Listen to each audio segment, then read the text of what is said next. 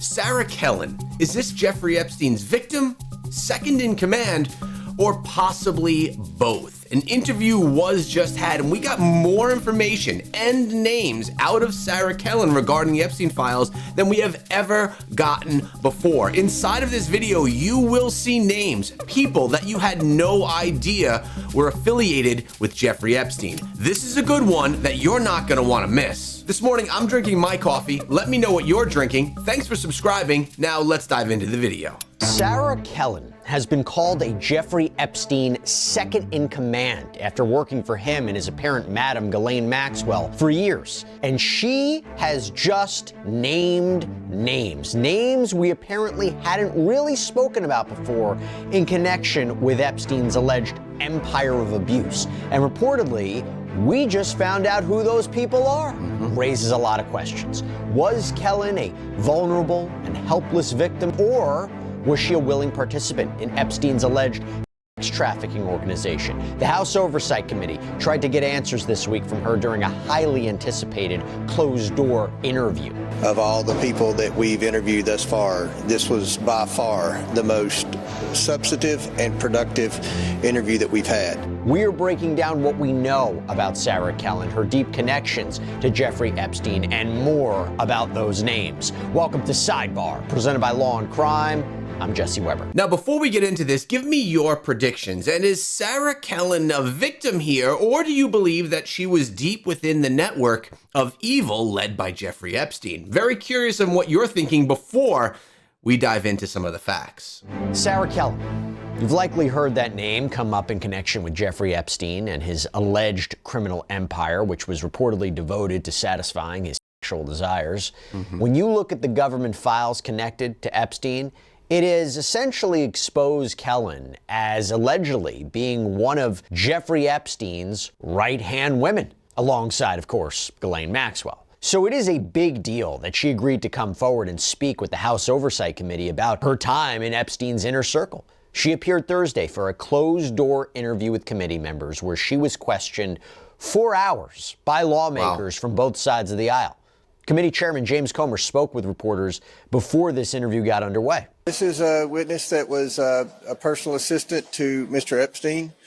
She was also a victim of Mr. Epstein. So we're bringing her in. We have a lot of questions about everything from the day-to-day activities to what she saw and what she knows, and hopefully it'll help us as we proceed in the investigation. Now, I think this is something quite interesting. I think there are people part of Epstein's network that do start out as victims and then, for a lack of better word, graduate to another level where they actually become part of the evil system that's going on. And I think that's what we may be looking at here today. Of all the interviews we've done, this is going to be the toughest one. I'm here to listen and learn. Obviously, I can't imagine the scenario that she was in, and obviously we know enough about Epstein to know that he was a terrible person and he was abusing these women. Now, it appears to me the Department of Justice considered her, not necessarily a co-conspirator, but rather, I don't want to say whistleblower, but someone that aided in the prosecution of Epstein. So we've just got a lot of questions about that. I know how the Department of Justice viewed her. I don't know how the Oversight Committee will view her. We're obviously, she's presumed innocent. She's going to have due process, and I appreciate her being here today. And we certainly look forward to her testimony. But again, it's going to be hard because, there's some that believe she was, 100% a victim or survivor, and then there's some that think she was a victim and victimizer. So it's just a terrible scenario. I've read her story, I've read her opening statement, and I know that this is going to be a tough one for us. Now, Kellen has been described as Epstein and Maxwell's basically an assistant, a staffer, with one source reportedly telling the New York Post in 2024 that Kellen, quote, had a front row seat to the debauchery. And Kellen's name is mentioned many times in the Epstein Files library on the DOJ website. And there are candid photos of her spending time around Maxwell and Epstein and powerful friends.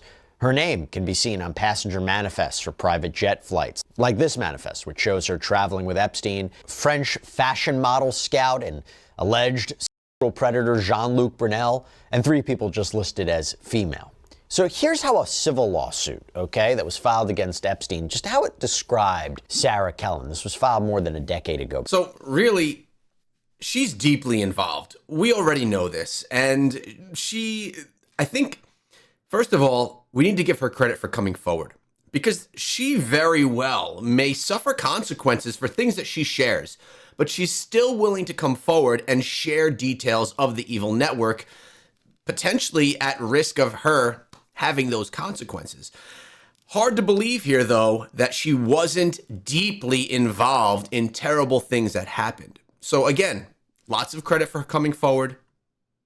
We're going to see where this goes. Described her as, quote, defendant Jeffrey Epstein's key lieutenant in the organization was defendant Sarah Kellen, who served as both his scheduler and a recruiter-procurer of the girls.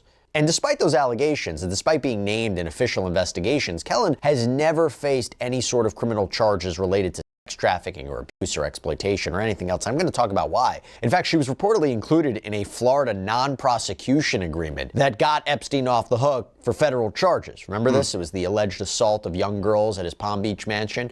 Again, I'll get more into that in a minute, but first, I just want you to read some of Kellen's own words that were written as part of an opening statement for her interview with these lawmakers. It was published in part by ABC News. We don't have the transcript yet. We don't have the video deposition yet or the video interview yet. When it comes out, maybe we'll do a follow-up on it. But I'm going to warn you, what she had to say is very, very difficult to listen to. So it says, quote, he groomed me sexually and psychologically, me, controlled me, manipulated me, dominated me, and gaslit me until I could no longer tell which thoughts were mine and which were his. According to the report from ABC, Kellen says that she was working at a hotel out in Hawaii when she was recruited by a coworker for a job with Jeffrey Epstein. And she says she had gotten married when she was just 17 years old, and that after getting a divorce, she was excommunicated from her church, so you're talking about a very difficult time in her life. Her statement, according to ABC, continues, I was 21 years old, far from where I grew up, stuck on an island in the middle of nowhere with no college degree, no family, no friends, no money, and nowhere to live.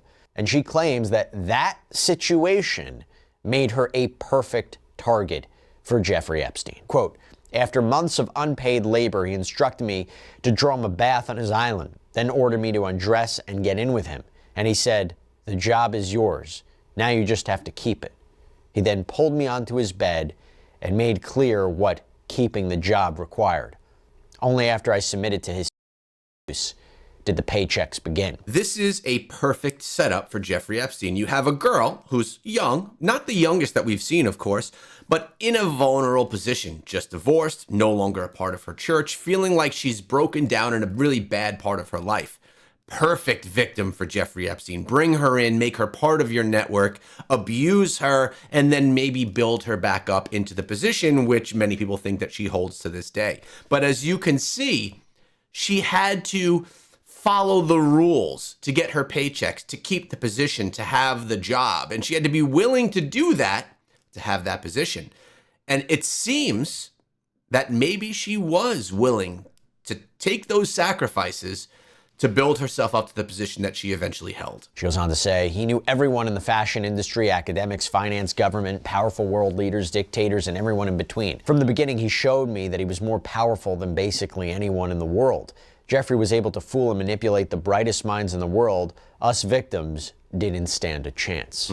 And during a break in this interview, you had Representative Comer just express shock at some of the information that Kellen was revealing. Let me say Sarah Kellen has been very helpful.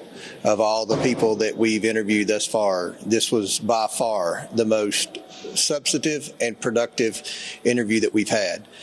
She was very brave coming forward. I can't imagine how difficult it was for her to go into detail about the abuse that she endured at the hands of Epstein and Maxwell.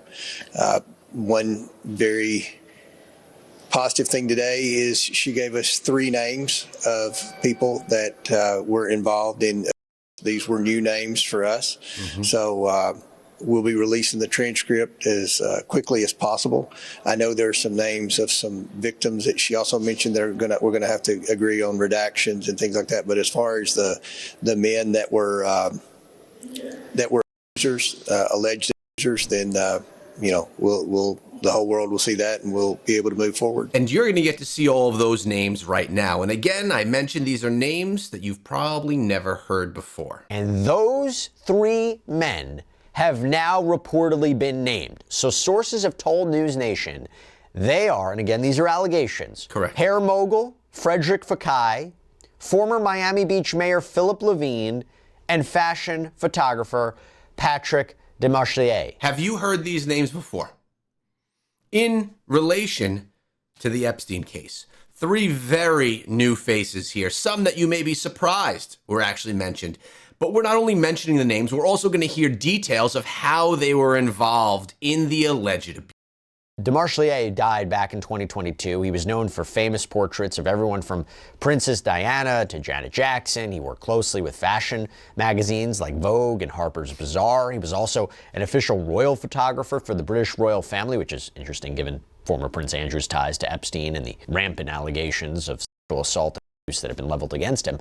When it comes to hairstylist Frederick Fekkai, Bloomberg actually published an article earlier this year after uncovering his apparent connection to Epstein and the thousands of files that were released by the DOJ. And according to Bloomberg's reporting, Epstein had accounts at Fekkai's ritzy New York salons. Reporters combed through Epstein's credit card statements, and they found that he spent a crazy amount of money at Fekkai's businesses, paying for expensive hair and spa treatments for a lot of different people, including, the allegation is, former White House counsel Kathy Rumler. Fekkai often appears in Epstein's emails, as previously acknowledged flying on his private jet. And what about former Miami Beach Mayor Philip Levine? So the businessman became mayor in 2013. He ran for governor of Florida in 2018. In 2019, he apparently told the Miami Herald that, yeah, he knew Epstein through Ghislaine. Quote, we probably met probably 15, 20 years ago at a social event in New York and probably exchanged business cards. I really don't recall where and when, never had any interactions with him and didn't meet beyond that. Which is what we typically hear from people that are being accused of having some type of relationship with Jeffrey Epstein and Ghislaine Maxwell. Denial, or very vague memories of maybe meeting them and maybe knowing them. This is not something new. Now, the Herald reports that emails between Levine and Maxwell were flirty and suggestive, and that it appears Levine's relationship with Epstein dated back to the early 2000s. I will tell you, News Nation reports they didn't receive a comment from Fekkai, Levine, or Kellen's lawyers at the time of publication, but there you go, something to think about. Now, I will tell you from a legal point of view, it is bold for Sarah Kellen to name names. And if the transcript comes out of her interview and those names aren't redacted, which under the law, they're not supposed to be, big accusations. Why? Because there has already been a lot of talk about how the victims should come forward and publicly call out their accusers, name names, shame them. Now, the difficulty with that is of potential repercussion. And there's also evidence, right? If they don't have corroborating evidence to support these claims of abuse, and there's nothing in the Epstein files to definitively back up these specific claims, that could be why maybe you don't have a number of people coming out and naming names, potentially opening themselves up to liability. Now, if they tell it to the lawmakers and the lawmakers reveal the names, that's kind of a different legal issue there. This is why I like watching this channel. Jesse Weber is a lawyer and he understands the intricacies of the law. And he could break things down like this for us and let us more deeply understand why things may be happening in relation to the rules of the law. So just a little bit of credit here. By the way, this video will be linked down below if you want to watch it in full. But for her to reportedly publicly mention these names like that, I mean, it does become a very interesting question as to her credibility. She didn't have to do this. The reports are true that this is who she named. Significant to say the least. So, what are the Epstein files, which include, previously sealed investigative reports, legal briefs, court records, all that, more? What do they reveal about Kellen's work with Epstein? Let's get into it. So Kellen would end up named as a defendant in multiple lawsuits connected to her boss. In 2008, an anonymous alleged victim sued Jeffrey Epstein and some of his compatriots for abuse. And a section of that lawsuit reads, quote, defendant Jeffrey Epstein, assisted by defendant Sarah Kellen, developed a planned scheme and criminal enterprise that included an elaborate system wherein the then minor plaintiff was brought to the defendant, Jeffrey Epstein's residence, by the defendant's employees, recruiters, and assistants, including defendant Sarah Kellen. When the assistants and employees left the then minor plaintiff and other minor girls alone in a room at the defendant's mansion, defendant Jeffrey Epstein himself would appear, remove his clothing, and direct the then minor plaintiff to remove her clothing.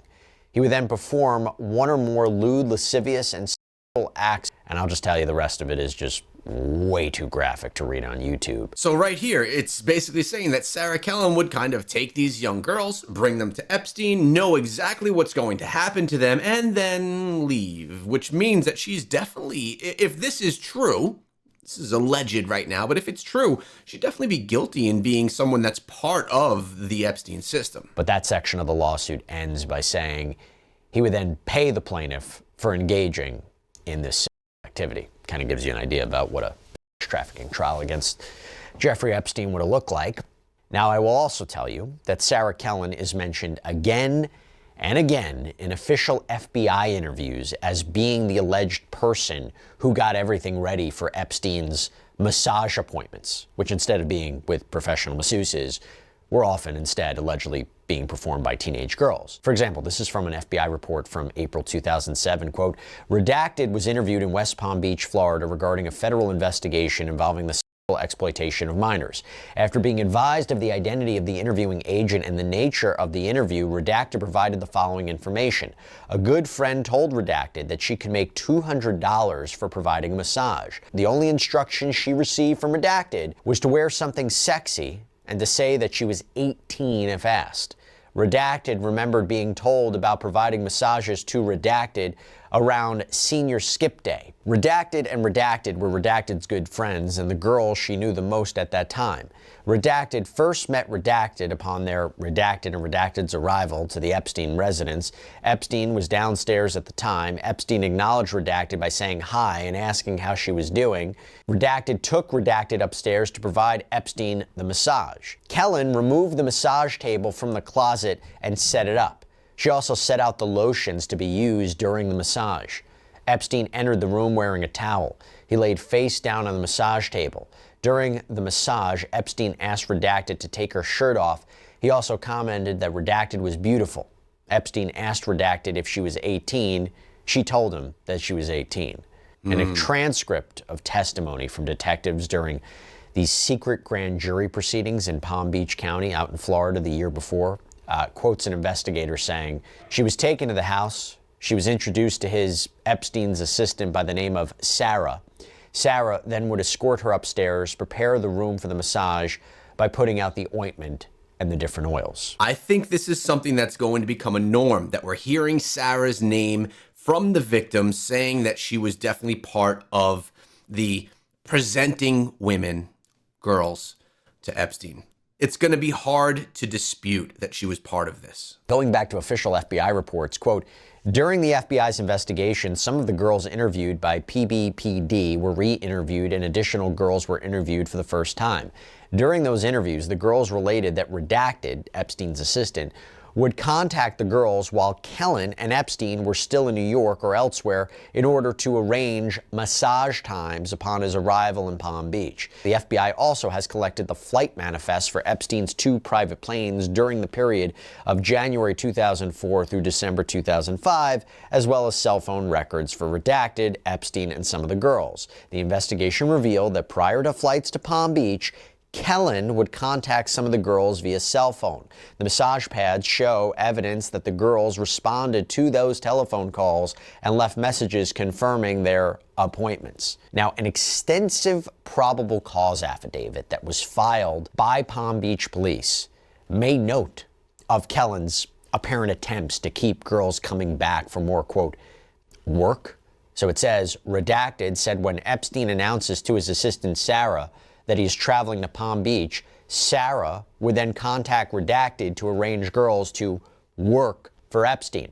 Redacted stated that once her parents discovered that she was visiting Epstein, they disapproved of the encounters with him and she stopped.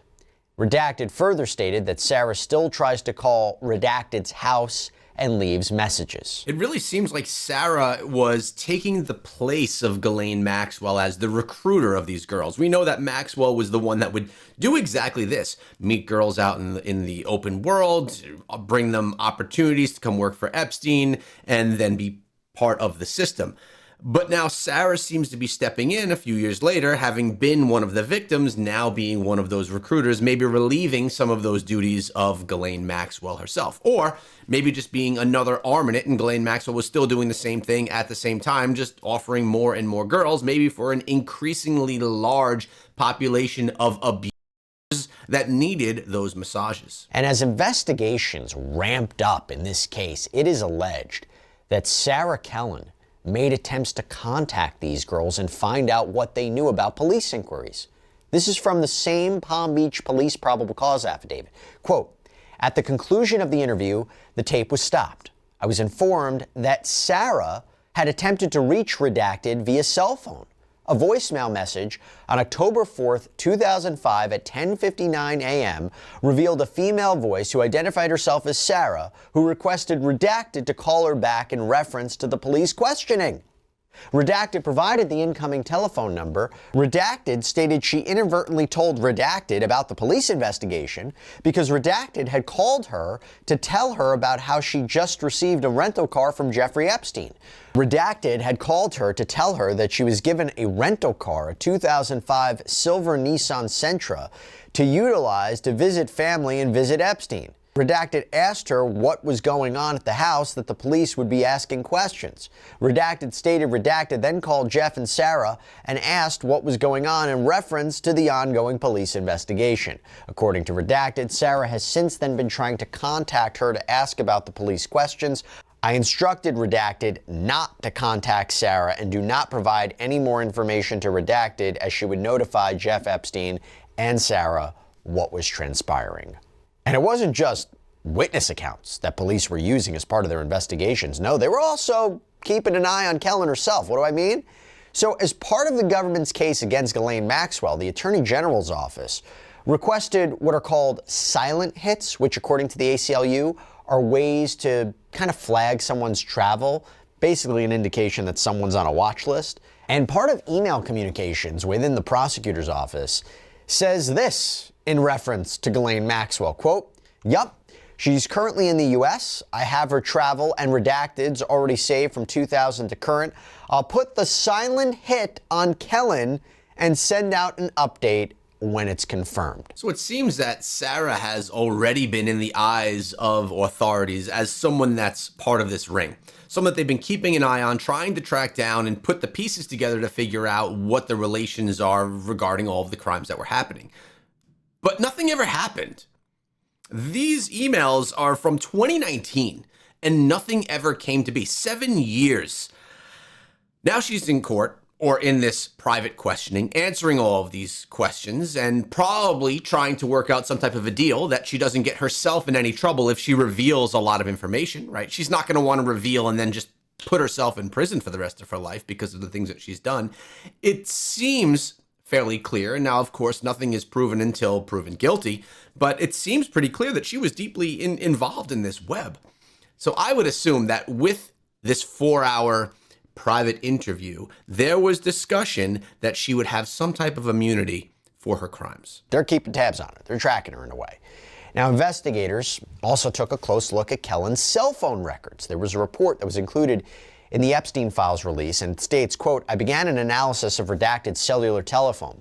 The telephone number is assigned to Sarah Kellen, and the financially responsible party is Jeffrey Epstein of Redacted in New York City, New York. The time frame which was subpoenaed was September 2005 through October 2005. There were 87 pages of calls made either to the cell phone or from the cell phone.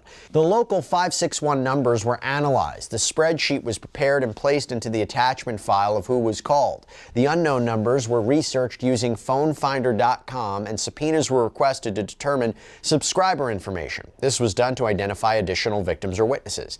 The analysis revealed that Kellen had called the victim witnesses frequently when Epstein was in the town of Palm Beach to, quote, work. This confirms what the girls interviewed had previously stated. Redacted would notify them when Epstein was in town and their willingness to work. The CD was placed into evidence. We could assume that that last redacted was Sarah Kellen's name. And I just want to emphasize that this is reportedly 1 month worth of calls to or from Kellen's cell. So you're talking 87 pages. That is a lot of calls. And based on multiple investigations, Kellen was the alleged point person when it came to lining up girls for Epstein. Quote, in response to concerns raised regarding charging counts related to those girls whose credibility has been attacked by attorneys for Epstein, I asked the case agents to work on corroborating the statements of those girls. This addendum reports on those efforts related to Jane Doe 6 redacted. Jane Doe number 6 is the girl who saw Epstein most frequently.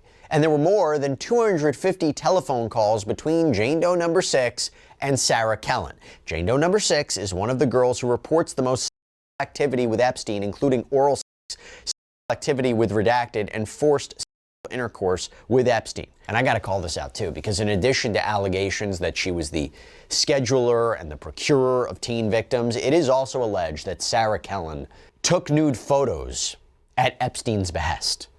There is another report that reads, quote, on one occasion, when Jane Doe was approximately 16 years old, Epstein's assistant, redacted, telephoned Jane Doe and told her that Epstein wanted Kellen to photograph her.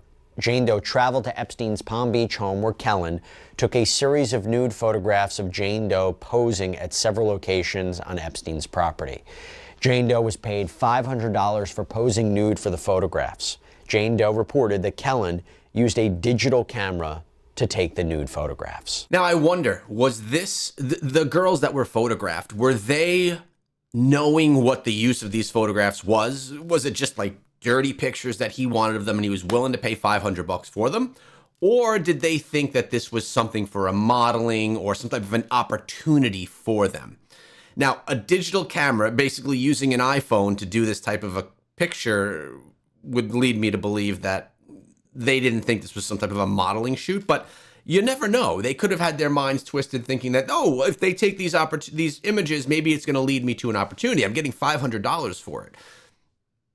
But we don't know for sure. So there seems to have been a lot of accusations, both from witness accounts and on paper, that Sarah Kellen was allegedly intimately involved in the day-to-day operations in Epstein's household. Agreed. So the question now is, why has she never faced any sort of criminal prosecution? Fair question, right? Well, I will tell you that prosecutorial decision-making was never really made clear in the files. However, this could be a complicating factor. I mean, according to ABC News, the DOJ records show that the government didn't argue against the idea that Sarah Kellen, quote, was herself a victim of abuse by Epstein, and highlighted how her narrative was in line with other alleged victims who worked for Epstein. We also have the complication of the non-prosecution agreement, the NPA that Epstein entered into as part of a so-called sweetheart deal back in 2008, 2007. That's when he agreed to plead guilty to state charges, right? Solicitation of prostitution, solicitation of a minor, and the extraordinary steps that were taken to keep details of that NPA a secret. I mean, according to ABC News, in an email that recently became public, an attorney for Epstein said to a prosecutor on the case, quote, please do whatever you can to keep this from becoming public. And this agreement basically shields Epstein and 4 co-conspirators, or alleged co-conspirators, females who work closely with him, from being prosecuted federally. It reads in part, in consideration of Epstein's agreement to plead guilty and to provide compensation in the manner described above, if Epstein successfully fulfills all of the terms and conditions of this agreement, the United States also agrees that it will not institute any criminal charges against any potential co-conspirators of Epstein, including, but not limited to, Sarah Kellen, Adriana Ross, Leslie Groff, or redacted. So this could very well be why she hasn't received any consequences for her doings. Now, yes, her being a victim is also part of it. You could also argue that potentially Ghislaine Maxwell was a victim at some point in time. We've never gone there, but we don't know if that is the case or not. But it's laid out very clear right here that these people were going to be safe from any prosecution as long as Epstein would plead guilty and provide compensation in the manner described above. The redacted name there, probably Ghislaine Maxwell. She's been fighting the federal government for years to get her trafficking convictions overturned. Her attorneys say this NPA protected her from prosecution, and I will tell you, it hasn't been a winning argument. So far, appeals have not been successful, and she's still serving a 20-year prison sentence. Now, I will tell you this, okay? When it comes to the NPA, Kellen seems to say now she had no idea it was even a thing. ABC News reports that in her opening statement for this interview on Capitol Hill, she said, quote, "No one from law enforcement ever spoke with me, ever heard my side, ever asked me a single question. I did not even know my name was in that agreement until after it had been signed and released to the public. The federal government of the United States branded me a criminal in a secret deal with my own abuser without ever once speaking to me." Now, other court filings and communications that were released over the last few months, they lay out discussions among federal investigators after Epstein's death, as they tried to decide whether Kellen could face or should face any charges. And included in those discussions were emails with Kellen's attorneys, who of course recommended against prosecution, citing Kellen's own experiences as a victim of Epstein. And just to reiterate, ABC News reports that the decision was made not to charge her, but the exact reasoning hasn't been made clear. I just got to talk for a moment about one more thing, about another connection between Sarah Kellen and Jeffrey Epstein. And that is her now ex-husband and NASCAR champion, Brian Vickers. 2 months ago, we had this discussion about Kellen and this race car driver and how there was that connection. This is not new news, but this is definitely something that is very relevant here as well. So it appears that Vickers and Epstein were friends for years. Maybe that's a strong term. I don't know. Associates. I don't know. Look, here's the way to look at it. So Vickers' name and email address showing up in the Epstein files along financial questions and inquiries about NASCAR sponsorships and dirty jokes. That's what's come up.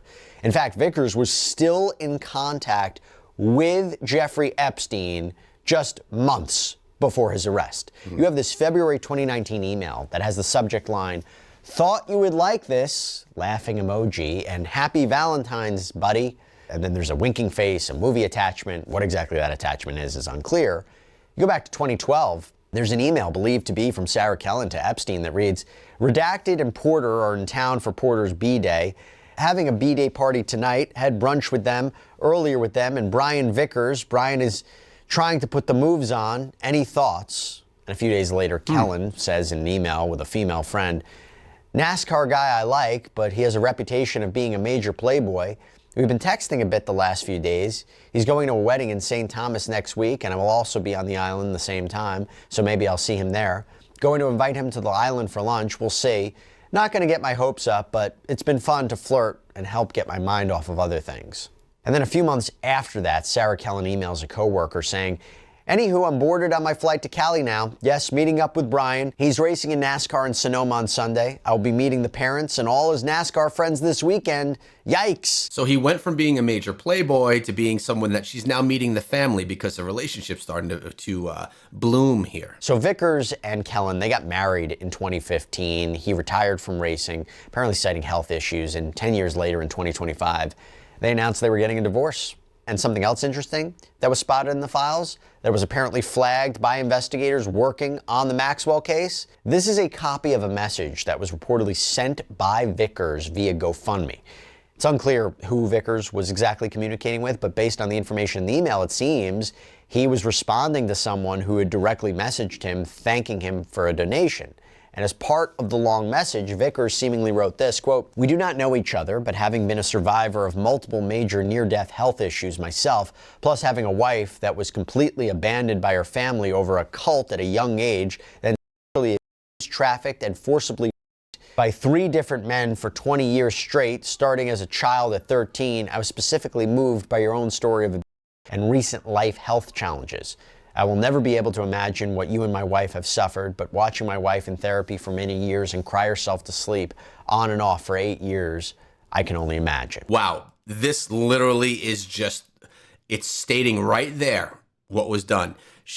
Her family left her over this cult. That's why she was kicked out of the church as well. Then she was abused, trafficked, and all these other things by 3 different men over 20 years. I'm actually surprised there weren't more men involved in that as well, but maybe that's what the girls that she was bringing to Epstein and his network were used for. And that message appears to have been forwarded to the FBI in 2020. It's unclear when the original note was sent, but obviously you can see why it's significant, right? We, of course, don't know how much Vickers knew about his wife's work with Epstein. Maybe she revealed things to him that changed his opinion on the financier. We just can't say for sure. But just to close this out, Oversight Committee Chairman James Comer said that the transcript or transcripts of Sarah Kellen's interview would be released as soon as possible. It is maybe also possible that we could see a video version of the deposition released as well, although her claiming to be a victim, maybe not. And we'll just keep an eye out and see what happens. Maybe we'll do a follow-up sidebar episode. And other important depositions that are set to come as well include one with former Attorney General Pam Bondi, because after she was removed as AG, Bondi had said she wouldn't be appearing for a deposition, but when lawmakers threatened her with contempt, there was a new deposition date set for May 29th. And that's another one that I'm going to be sure to be covering here on the channel as well. I'm very much looking forward to seeing what she has to say. So what are your thoughts on Sarah Kellen? Do you think her whistleblowing, sharing all of these details of what went on in Epstein's network is going to be enough to keep her out of jail and serve consequences herself, also being that she was a victim? Or do you think she's deserving of consequences since she put other young girls in harm's way? Really curious about your thoughts after watching this video. And if you want to know more about the Epstein files, go check out this video. Guys, I'll be sure to see you over there.